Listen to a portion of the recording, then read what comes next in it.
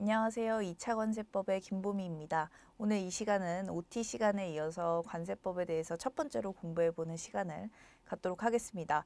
여러분들 OT 때 말씀드렸듯이 챕터가 시작되기 전에 여러분들 기본서를 미리 한번 예습하시고 강의를 듣는 것이 훨씬 효율적으로 여러분들 공부를 하실 수 있는 방법입니다. 그래서 오늘은 이제 1챕터 총칙에 대해서 보도록 하겠습니다. 총칙은 여러분들이 아시다시피 1차에서 배우셨다시피 관세법 전체에 적용되는 규정을 총칙이라고 합니다. 따라서 이 총칙은 여러분들 관세법 끝 조항까지 모두 총칙이 적용될 수가 있습니다. 특히 어떤 조세심판원이나 대법원이나 이런 소송이나 심판, 심사를 하는 뒤에 절차들이 있죠. 그런 부분에서 대부분 이제 총칙 규정을 활용하는 경우가 많아요. 사례들을 보다 보면 그 사례가 신의성실에 위반이 됐는지 아니면 성실성 추정 원칙이 배제가 됐는지 이런 것들로 대부분 사례를 판단하기 때문에 굉장히 중요한 규정이라고 할 수 있습니다. 그리고 여러분들 2차 수험생이시잖아요. 2차 수험생은 목차를 쓰실 때 1번으로 서론을 먼저 쓰시죠. 서해서 여러분들이 문제에서 개괄적으로 규정하는 부분들을 먼저 쓰기도 하고 정말 쓸 게 없다라고 하면 1조의 목적을 쓰기도 합니다. 그 목적이 있는 부분이 바로 우리 챕터 1의 총칙이 되죠. 그래서 여러분들 이것도 하나의 팁이 될 수 있는데 1번 목차에 서에 쓸 게 없다면 관세법 총칙 부분에 1조 관세법의 목적을 쓰세요. 그게 목적 부분은 우리 관세법을 모두 개괄하는 부분이기 때문에 목적을 서론에 쓰는 것만으로도 출제 의원에게 굉장히 좋은 인상을 심어줄 수가 있습니다. 그 말인즉슨 여러분들이 1조 목적은 달달달 외우셔야 된다는 거겠죠. 그래서 뭐 조세형평이나 한목적성이나 이런 키워드를 유념하셔서 1조의 목적을 제대로 쓰실 수 있는 게 굉장히 중요합니다. 그리고 총칙 부분에서는 우리 납부 의무자, 납세 의무자나 기간과 기한, 뭐 법령의 적용 시점, 그리고 환율 시점 이렇게 굉장히 중요한 부분을 다루는 챕터이기 때문에 여러분들이 잘 공부를 하고 2차 시험에서도 쓸 수 있게끔 우리 준비를 하시기 바랍니다. 물론 이 이론 시간이 끝나면 제가 여러분들 책에 있는 문제풀이를 같이 진행을 할 거예요. 그 문제풀이 할 때도 계속 설명을 드리겠지만 여러분들이 키워드 위주로 그리고 목차를 세분화해서 잘 나눠서 쓰신다면 좋은 점수를 받을 수 있는 챕터가 바로 1번 총칙입니다. 저도 이제 수험생을 겪어봤으니까 굉장히 잘 알지만 우리 1장은 누구나 굉장히 열심히 보죠. 우리 관세법 책을 딱 펴는 순간 의욕이 솟기 때문에 1챕터 총칙은 제가 그렇게 걱정하지 않습니다. 대부분의 수험생들이 굉장히 잘 쓰시는 부분이고 한 가지 이제 유의할 점은 기출문제로 한번 나온 적이 있는데 어떤 사례가 나와요. 그래서 그 사례의 총칙에 어떤 부분이 적용이 될 수 있을지 그리고 그 사례 부분에 여러분들이 판단을 하는 근거로서 총칙 규정을 활용할 수 있는 경우도 있습니다. 따라서 총칙 부분을 단순히 암기만 하는 것이 아니라 사례에 대입해서 그 사례에 어떤 총칙 규정이 적용이 될 수 있는지를 여러분들이 캐치해내시는 게 또 하나의 중요한 능력이라고 보실 수 있습니다. 그래서 우리 기출문제부터 보도록 하겠습니다. 지금 우리 책에는 이렇게 2개만 나와 있는데요. 사실 총칙 부분은 기출문제로 나온 적이 굉장히 많습니다. 단독 문제로 나오기는 쉽지 않지만 여러분들이 50점 문제에 녹일 때 또는 10점 문제의 일부분을 쓸 때 총칙을 활용하는 경우가 많기 때문에 기출문제가 여러분들 책에 2개밖에 없지만 나머지 부분도 잘 외워두시기 바랍니다. 그래서 1번 우리 50점 문제부터 보시면 세관장이 관세법에 의해서 부과하는 가산세, 가산금, 과징금의 1번 부과 대상, 2번 절차, 3번 결정, 4번 조치사항의 차이점과 이러한 것의 부과 사유와 신의성실 원칙의 관계에 대해서 논하시오 라고 돼 있죠. 우리 사실 이것도 신의성실 원칙만 사실 총칙이라고 볼 수 있는데 1챕터에 있는 독자적인 문제라고 볼 수는 없죠. 이 문제는 사실 가산세, 가산금, 납부 이 부분에서 더 중요하게 다뤄지는 부분입니다. 그러나 여러분들이 보셨듯이 이렇게 1챕터에 나와 있는 주제들은 대부분 문제에 녹아 있는 경우가 많습니다. 그래서 아까도 말씀드렸듯이 단독 문제로 출제되기는 어렵지만 여러분들이 이런 식으로 문제에 녹아서 나오는 경우가 많다라고 말씀드렸습니다. 그래서 문제를 보면 여러분들 제가 OT 시간에도 말씀을 드렸지만 목차는 여러분들이 고민할 필요가 없다. 왜냐하면 문제에서 이렇게 다 주어지고 있습니다. 그래서 출제자가 이런 목차를 줬다는 것은 여러분들이 뭐 모의고사를 아무리 많이 풀었거나 아니면 뭐 기출문제에서 봤거나라고 해도 그 목차 그대로 가시면 안 되고 이 문제에서 주어지는 목차 그대로 가야지 이제 원하는 점수 배점을 받으실 수가 있겠죠. 따라서 문제에서 목차가 주어졌다면 그 목차에 그대로 쓰고 그리고 목차 제목도 바꾸지 마세요. 문제에서 주어지는 제목이 있다면 그 제목을 그대로 쓰는 게 출제자가 딱딱딱 눈에 들어올 수 있겠죠.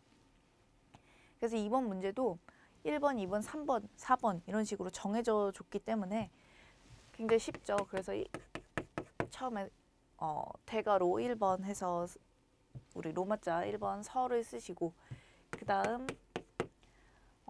가산세, 가산금, 과징금의 의의를 써주는 게 좋겠죠. 그래서 여기에는 의의를 써주시면서 밑에 이제 가산세, 그 다음에 가산금,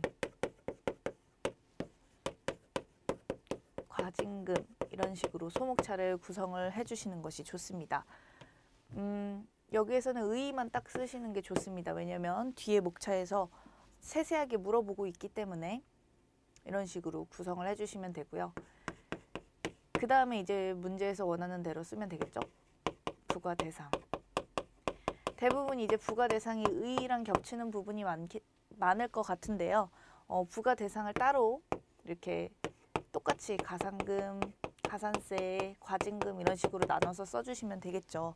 근데 이 부분은 부가 대상에 초점을 맞춰서 써주시는 것이 좋겠습니다. 그래서 의의는 여러분들 뭐 법 외에 알고 계신 지식을 써주시면 되고 부가 대상은 우리 법에 정확히 나와 있죠. 그 부분을 써주시면 됩니다. 그 다음 4번 보시면 우리 절차 있죠.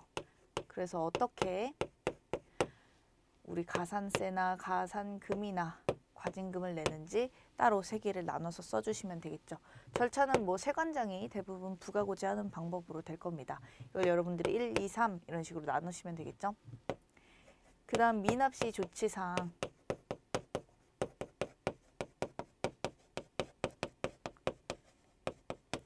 해서 어떤 우리 가산세, 가산금, 과징금의 미납시 조치사항의 차이점을 쓰랬죠. 따라서 조치사항 그대로를 쓰는 게 아니라 차이점을 가산세, 가산금, 과징금에 구별을 둬서 써주시는 것이 좋습니다. 그 다음 마지막에 이제 신의성실 원칙과의 관계를 써주시면 되겠죠. 신의성실 원칙과의 관계는 여러분들 따로 책에 있는 부분이 없어서 조금 고민하실 수 있는데 우리 가산세, 가산금, 과징금 모두 일정한 기한 내에 세액을 내지 않기 때문에 그에 대한 금전적인 행정벌 규정 또는 기한 내에 낸 사람은 그러면 손해가 되겠죠. 만약에 그런 제재가 없다면. 따라서 성실 납세를 도와주는 측면으로 우리 신의성실 원칙으로서 가산세, 가산금, 과징금을 규정하고 있다. 이런 식으로 써주시면 되겠습니다. 마지막 이제 결을 써주시면 되겠죠. 그래서 여러분들 서나 결에 뭘 써야 되는지 모르겠다라고 이제 저한테 고민을 털어놓는 분이 많으신데 서나 결은 저번에도 말씀을 드렸지만 OT 때나 뭐 총칙 처음 부분에서도 말씀을 드렸지만 서에서 쓸 말이 없을 때는 목적을 쓰시면 되고 결에서 쓸 말이 없을 때는 여러분들이 마무리를 져주시면 돼요. 또는 추가하고 싶은 사항이 있다면 그 부분에 대해서 추가해서 써주시면 됩니다. 우리 서나 결도 여러분들 모의고사를 보셨으면 아시겠지만 5점을 차지하고 있죠. 그래서 서 5점, 결 5점이 됩니다. 대부분. 그래서 10점의 점수를 차지하고 있기 때문에 우리 50점 문제에서는 거의 5분의 1을 차지하고 있다고 볼 수 있겠죠. 그래서 여러분들이 서나 결을 안 쓰는 분들도 가끔 있고, 아예 조금 분량을 굉장히 적게 쓰거나 중요도를 높게 하지 않고 쓰시는 분들이 있는데, 그러지 마시고 서나 결도 5점을 차지하기 있기 때문에 우리 5점, 5점이죠.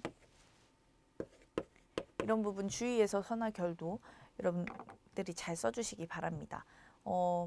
제가 이제 오늘 첫 시간이다 보니까 계속 말씀을 드리는데, 아마 문제풀이 할 때 계속 서나 결에 뭘 쓰세요 라고 말씀을 드릴 거예요. 그래서 그런 노하우들이 쌓이다 보면 여러분들 모의고사나 실제 시험장에 가도 저절로 써집니다. 사실 서나 결은 여러분들 머리에 있는 내용들이 그대로 써지기 때문에 너무 걱정하실 필요는 사실 없는 부분이에요. 그래서 서나 결은 여러분들 많이 쓰면 저절로 외워진다 라고 보시면 됩니다. 그래서 얘는 5점 5점 이렇게 돼 있죠. 그래서 의의부터 우리 절차까지 부분, 결정까지 우리 대괄호 2번, 3번, 4번, 5번 이 부분은 가산세, 가산금, 과징금에 대한 규정이죠. 그 규정을 여러분들이 목차에 맞춰서 그대로 써주시면 됩니다. 따라서 이 부분은 여기서 20점, 그러면 10점, 30점이 되죠. 20점을 차지하게 됩니다. 그래서 여러분들이 이 문제를 보셨을 때 신의성실 원칙을 모른다라고 생각하셔서 여기만 굉장히 많이 쓰셨던 부분들이 많아요. 하지만 신의성실 원칙이 거의 반을 차지한다라고 보시면 되겠습니다. 그래서 여러분들 1번 기출문제를 이런 식으로 쓰면 되겠다라고 한번 말씀을 드렸고, 다음 10점짜리 문제 보도록 하겠습니다. 월별 납부의 의의, 효과, 신청 승인, 담보 제공, 취소 및 갱신에 대해서 설명하시오라고 돼 있죠. 우리 월별 납부를 잘 공부하셨다면 너무나 쉬운 문제가 됩니다. 그래서 아까도 말씀드렸지만 목차가 그대로 주어지고 있습니다. 그래서 의의, 효과, 신청 및 승인, 담보 제공, 승인 취소 및 갱신 이런 식으로 여러분들 써주시면 되겠죠. 그래서 여러분들 고민할 필요 없이 월별 납부에 대해서 배우신 거 그대로 써주시면 된다라고 보시면 되겠습니다. 그래서 10점짜리 굉장히 쉬운 문제죠.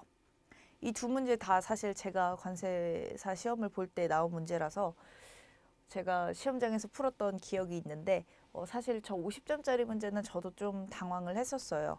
왜냐하면 50점짜리 문제 그대로 거의 관세 법조항을 내거나 모의고사에서 많이 풀어봤던 내용들이 나오는 게 현실적인데, 저 50점짜리 문제의 신의성실 부분을 사실 많은 수험생들이 생각하지 못했던 부분입니다.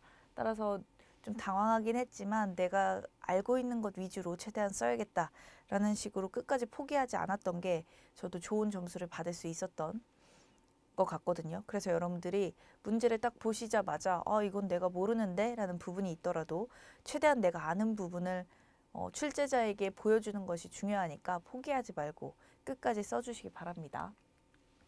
그래서 논술형은 그런 게 굉장히 어려운 것 같아요.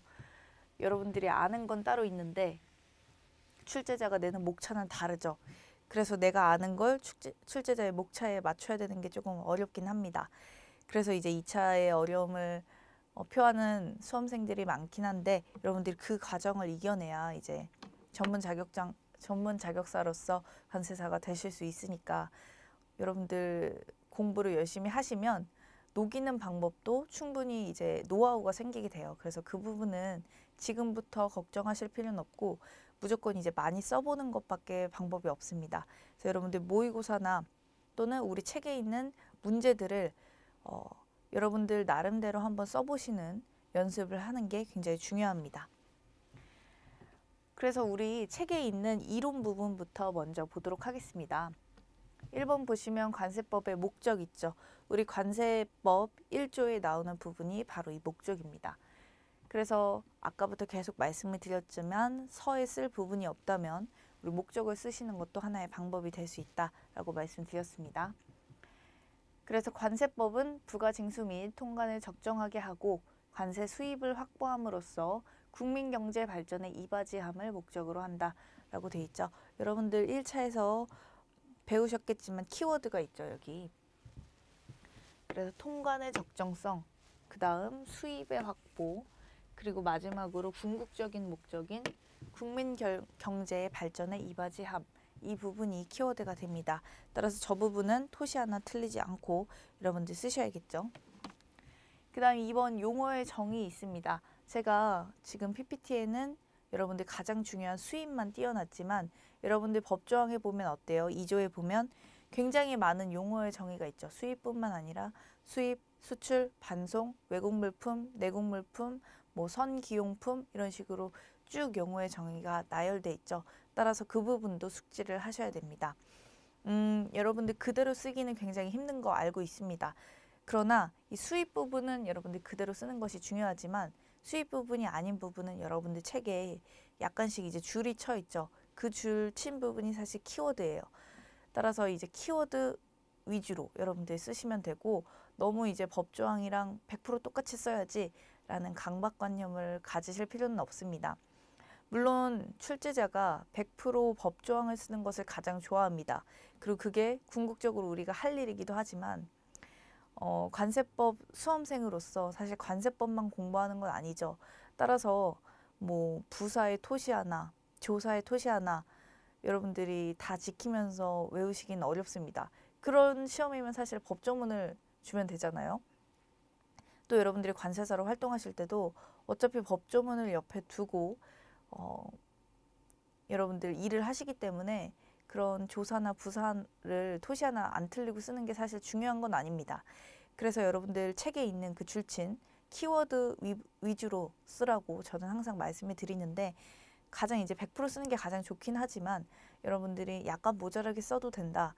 그 대신 나는 이제 키워드 위주로 키워드는 100% 내가 똑같이 쓰겠다라는 마음으로 공부를 하시면 되는 거지 여러분들 관세법을 나는 이 법조항을 다 외워서 달달달 쓰겠어 라고 하면 진짜 4년 5년 공부하게 되시거든요. 따라서 그런 분들은 좀 지양을 하고 키워드 위주로 써주셨으면 좋겠습니다. 저는 수험생활을 2년 했습니다. 1년 이제 1차 시험을 보고 동차에 도전했지만 동차에서 떨어졌고 이제 다음 해 유예로 2차 시험을 붙게 됐는데 사실 2년이라는 기간은 짧지만 짧지 않은 시간, 짧다면 짧은 시간이지만 길지도 않은 시간이죠. 왜냐면 대부분 이제 합격하시는 분들의 평균 수험 기간이 거의 3년에서 4년 차 분들도 많죠, 사실. 근데 제가 2년 차에 합격할 수 있었던 이유는 사실 그 방법이었던 것 같아요. 다른 사람들은 이제 법조항을 거의 100% 쓴다라는 마음으로 굉장히 어렵게 공부를 했지만 저는 출제자의 마음을 뭐 읽었다고 볼 수 있죠. 키워드 위주로 키워드만 100% 똑같이 쓰고 나머지 부분은 내가 쓸 수 있는 만큼 뭐 여러분 다 글 쓸 수 있는 능력은 되잖아요. 그런 능력으로 여러분들이 녹아내면 되는 거기 때문에 너무 걱정을 안 하시고 100% 법조항을 외우시지 않으셔도 됩니다.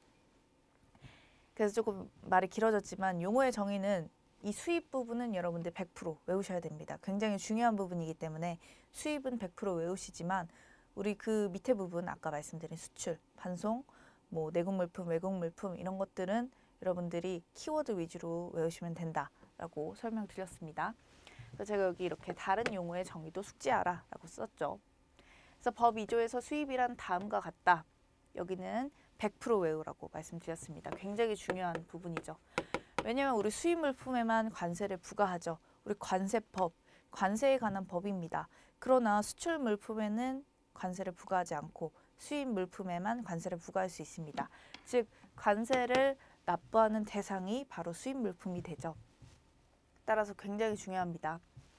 1번 보시면 아까도 우리나라에 반입하는 것, 그 다음 보세구역을 경유한다면 보세구역으로부터 반입하는 것, 3번 외국 물품을 우리나라에서 소비 사용하는 것, 4번 운송수단 안에서 소비 사용하는 것 이렇게 돼 있죠. 그래서 4번 우리 1번부터 4번까지는 여러분들이 100% 암기를 하셔야 됩니다. 나머지 용어의 정의는 여러분들이 키워드 위주로 외워주시면 되겠습니다. 3번 보시면 관세 징수의 우선이 있습니다. 우리 납부 의무를 이행하지 않아서 국세 징수의 예에 따라 체납 처분하는 경우 이 경우 관세의 우선순위는 국세와 동일하게 된다는 내용의 조항입니다. 이 것들은 여러분들 기본 이론에서도 배우셨겠지만 관세는 1순위다. 1순위 세율이다 라고 보시면 된다는 거예요. 만약 채무자 A라는 사람이 있었는데 이 사람이 국세도 체납하고 뭐 관세도 체납하고 그 다음에 B라는 사람한테 1,000만 원인 채권도 있고 그 다음 전세권자가 또 집에 있어서 전세권 설정자도 있고 이런 식으로 굉장히 채권이 많은 사람입니다. 그렇다면 이 채권의 우선순위를 정해서 뭐 충당을 하거나 변제를 할 때 법원이 정할 수가 있겠죠. 이 경우 국세와 관세는 동일한 순위로 한다. 즉 국세가 1순위이기 때문에 관세도 1순위입니다. 그래서 내국세를 포함해서 관세도 1순위 채권이 된다. 따라서 채무자가 있다면 관세나 국세에 가장 먼저 변제를 하게 됩니다. 충당이 되겠죠. 4번 보시면 내국세 등의 부가징수 있습니다. 그래서 뒤에 보시면 내국세 등의 부가징수 환급 등에 관해서는 관세법의 규정을 우선 적용시킨다 라고 되어 있습니다. 우리 이 말은 무슨 뜻이냐면 여러분들 다 알고 계시겠지만 내국세법에도 내국세법들은 관세가 아닌 모든 법들을 사실 내국세라고 합니다. 그래서 소득세법, 뭐 법인세법, 부가가치세법 이렇게 내국세 법들이 쫙 있죠. 거기에 국세기본법이나 뭐 국세징수법에 보면 절차적인 요건이 다 들어있어요. 거기도 담보도 있고 충당도 있고 여러 가지 규정들이 있는데 우리 관세법을 납부하는 물품일 경우에는 내국세 규정을 적용하지 말고 그냥 관세법의 규정을 적용하자라는 것이 우리 관세법에 있습니다. 왜냐하면 관세법에 있는 규정이 더 디테일하고 구체화되어 있기 때문에 내국세보다는 관세법이 우선돼서 적용된다 라는 뜻입니다. 그 다음 우리 1항은 이 우선 적용에 대한 거고 3조에서 2항은 체납세에 세무서장이 징수할 수 있다는 내용입니다. 이 부분도 저한테 질문이 사실 많이 오는 부분 중에 하나인데요. 어떤 수험생이 이렇게 물어보시더라고요. 우리 내국세를 부과하는 주체는 세무서장이고 관세를 부과하는 주체는 세관장이죠. 근데 왜 세관장이 부가세도 징수를 하죠? 라고 저한테 수험생들이 많이 물어보세요. 근데 그거는 여러분들이 깊게 그렇게 파고 들어갈 필요가 없는 부분입니다. 왜냐면 물품이 수입될 때 관세를 내야 되는데 부가세도 같이 내야 돼요. 그러면 원래는 원칙적으로 관세는 세관장에게 내고 부가세는 세무서장에게 내는 게 원칙입니다. 그러나 그렇게 하면 우리 납세자가 힘들겠죠. 세관에도 내야 되고 그 다음에 세무서에도 내야 되고 따라서 편의를 위해서 단순히 그냥 세관장이 관세와 부가세를 같이 징수하는 것뿐입니다. 그래서 여러분들이 너무 깊게 이건 왜 이럴까 이런 게 아니라 그냥 편의를 위해서 좀 편하려고 세관장이 관세와 부가세를 같이 징수하고 있습니다. 그래서 그 내용이 이제 체납된 내국세에 대해서도 세무서장이 관세와 함께 이것도 단순히 편의를 위한 내용이에요. 그래서 체납된 내국세 역시 세무서장이 징수를 하고 체납된 관세는 세관장이 징수를 해야 되지만 편의상 세무서장이 함께 징수할 수 있다라는 것이 바로 3조 2항의 내용입니다. 그래서 의 보시면 체납이 발생했을 때 징수의 효율성, 제가 아까 말씀드렸죠. 효율적이려고 세무서장이 거둘 수 있다라고 했습니다. 그래서 단순히 이제 편하려고 이런 제도를 만든 거예요. 그래서 이런 이유들에 대해서는 그냥 효율성 이렇게 외워주시면 됩니다. 그래서 세무서장이 원래는 관세는 세관장이 징수해야 되는데 세무서장이 징수할 수 있다라고 되어 있습니다. 그래서 어떤 경우에 우리 세무서장이 관세를 징수할 수 있느냐 보시면 1번, 2번 있죠. 그래서 내국세 등만 체납이 되어야 되고요. 2번 보시면 1,000만 원을 초과할 것이라고 되어 있습니다. 너무 소액이라면 세관장이 징수하는 게 낫기 때문에 1,000만 원을 초과하는 금액만 우리 세무서장이 징수하게 되어 있습니다.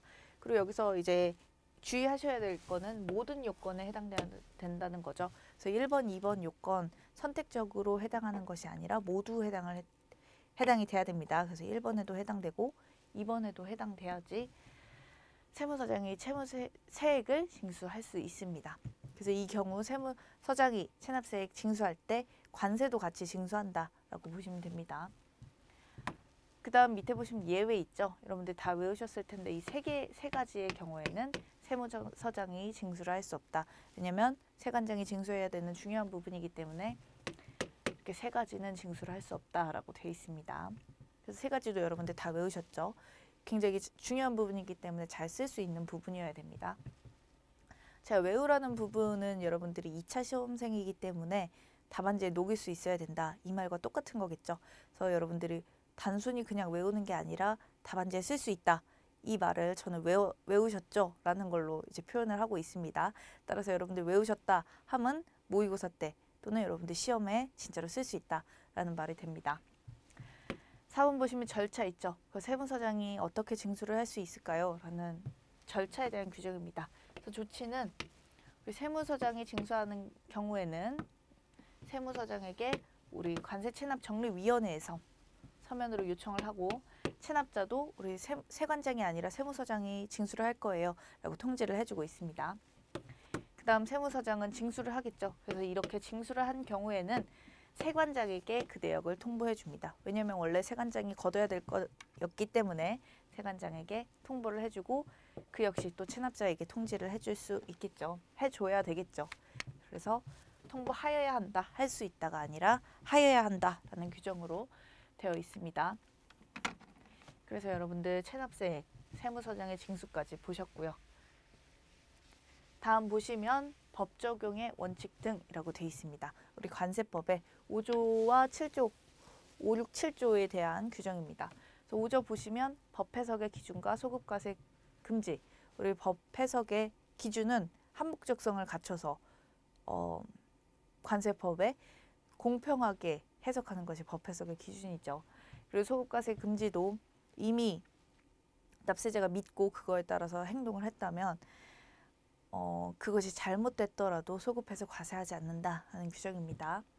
그 다음 신의성실은 납세 의무자는 신의성실에 따라서 행동을 해야 되고 또한 세관 공무원도 신의성실에 따라서 자신의 의무를 수행해야 된다는 뜻이죠.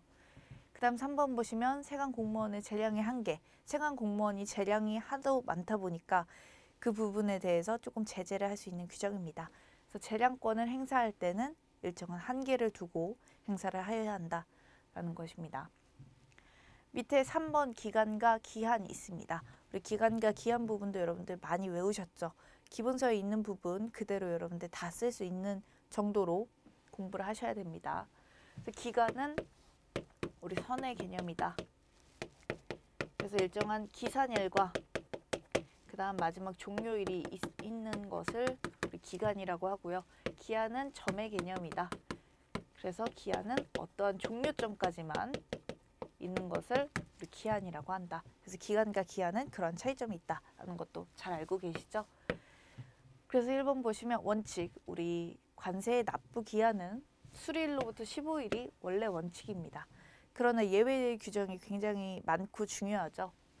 이 부분을 잘 외워주시는 게 좋습니다. 그래서 원래는 신고 납부, 부가 고지를 하는 것이 아니라 우리 신고하고 납부하는 것이 원칙이나 예외적으로 부가 고지할 수 있죠. 납세 고지할 때는 납세 고지 받은 날로부터 15일 이내. 그리고 수입 신고 전에 즉시 반출 신고도 할 수 있죠. 즉시 반출 신고한 경우에는 신고일로부터 15일 이내. 수리일이 아니라 신고일입니다. 3번은 이제 보정 신청, 수정 신고 뒤에 가서 배우시겠지만 여러분들 이미 배우셨겠지만 이 경우에는 보정 신청한 날의 다음 날, 수정 신고한 날의 다음 날이 납부 기한이 됩니다. 이것도 굉장히 중요하죠. 그러나 이제 수리 전에도 당연히 납부를 할 수가 있겠죠. 수리 전에 납부하는 것은 세관의 입장에서는 굉장히 좋은 일이죠. 사전 납부는 우리 제한이 없습니다. 사전 납부는 세관에서 권장하는 부분이겠죠. 성실하게 사전에 납부한다는 뜻이기 때문에. 그 다음 3번 보시면 성실 납세자가 신청한 경우 월별 납부 승인이 가능하다.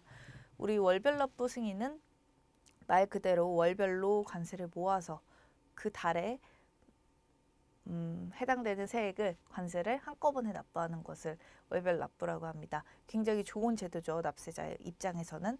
따라서 일정한 요건, 즉 성실 납세자만 세관장의 승인을 받은 경우 월별 납부를 승인해주고 있습니다. 그래서 아무나 하는 것이 아니라 세관장에게 성실 납세자로 인정을 받고 승인을 받은 자만 가능하다라고 알고 계시면 됩니다. 여러분들 그래서 월별 납부도 잘 외우셨죠? 월별 납부도 10점으로 단독으로 출제가 될 수 있는 부분이기 때문에 여러분들 잘 외우셨을 겁니다. 3번 보시면 천재지변 등으로 인한 기한의 연장이 있죠. 우리 천재지변처럼 내가 컨트롤할 수 없는 부분이라면 기한을 당연히 연장시켜줘야 될 것입니다. 그래서 여러분들 관세법에 외우셨겠지만 천재지변에 해당하는 것 1, 2, 3, 4 있고 그 경우 기한을 연장할 수 있다 라고 되어 있죠. 그래서 그 부분도 여러분들이 쓸 수 있게끔 준비하셔야 되고 4번 보시면 송달 등이 있습니다. 송달은 당연히 직접 송달이나 우편 등의 방법이 원칙이 되겠죠. 그래서 직접 발급, 우편의 방법이 원칙이 됩니다. 그러나 송달할 수 없을 때는 납세고지 사항을 공시하는 것이 우리 예외적으로 가능하고 있습니다. 그래서 원칙은 직접 발급, 우편. 그러나 예외적으로 공시를 할 수 있습니다. 공시했을 때는 공시일로부터 2주, 14일이 지나면 송달된 것으로 본다. 즉 게시판에 공시사항이 14일 동안 올라가 있다. 그렇다면 그 사람이 받든 말든 상관없이 간주라고 하죠. 이미 본 것으로 간주하고 송달된 것으로 보고 있습니다. 그 다음 서류의 보관기간, 우리 대통령령으로 정하는 기간이었죠. 굉장히 중요합니다. 그래서 이 수입신고 필증 등 이렇게 처리를 했는데 어떤 서류인지도 여러분들이 외울 수 있어야겠죠. 그래서 수입과 관련된 서류들, 그래서 수입신고 필증은 5년, 수리일로부터입니다. 그 다음 수출과 관련된 서류들 또는 반송, 이런 것과 관련된 서류들은 3년이고 우리 보세 운송 또는 뭐 보세와 관련된 서류들 이런 것들은 수리일로부터 2년 동안 보관을 해야 된다고 규정을 하고 있습니다. 우리 보관은 실무적으로는 이 종이를 다 보관하는 것을 세관이 보고 있지 않고요. USB나 전자문서로 기록하는 것도 허용을 하고 있습니다. 그것 역시 이제 대통령령으로 정하는 바에 따라서 전자문서로 기록할 수 있다라고 관세법에 나와 있죠. 그래서 송달 그리고 서류 보관 기간까지 여러분들 이번 시간에 배워봤습니다. 그래서 다음 시간부터는 이 1장에 있는 총칙 부분, 이 부분들을 실무적으로 진짜로 가서 여러분들 50점 문제, 10점 문제를 같이 한번 풀어보도록 하겠습니다. 수고하셨습니다.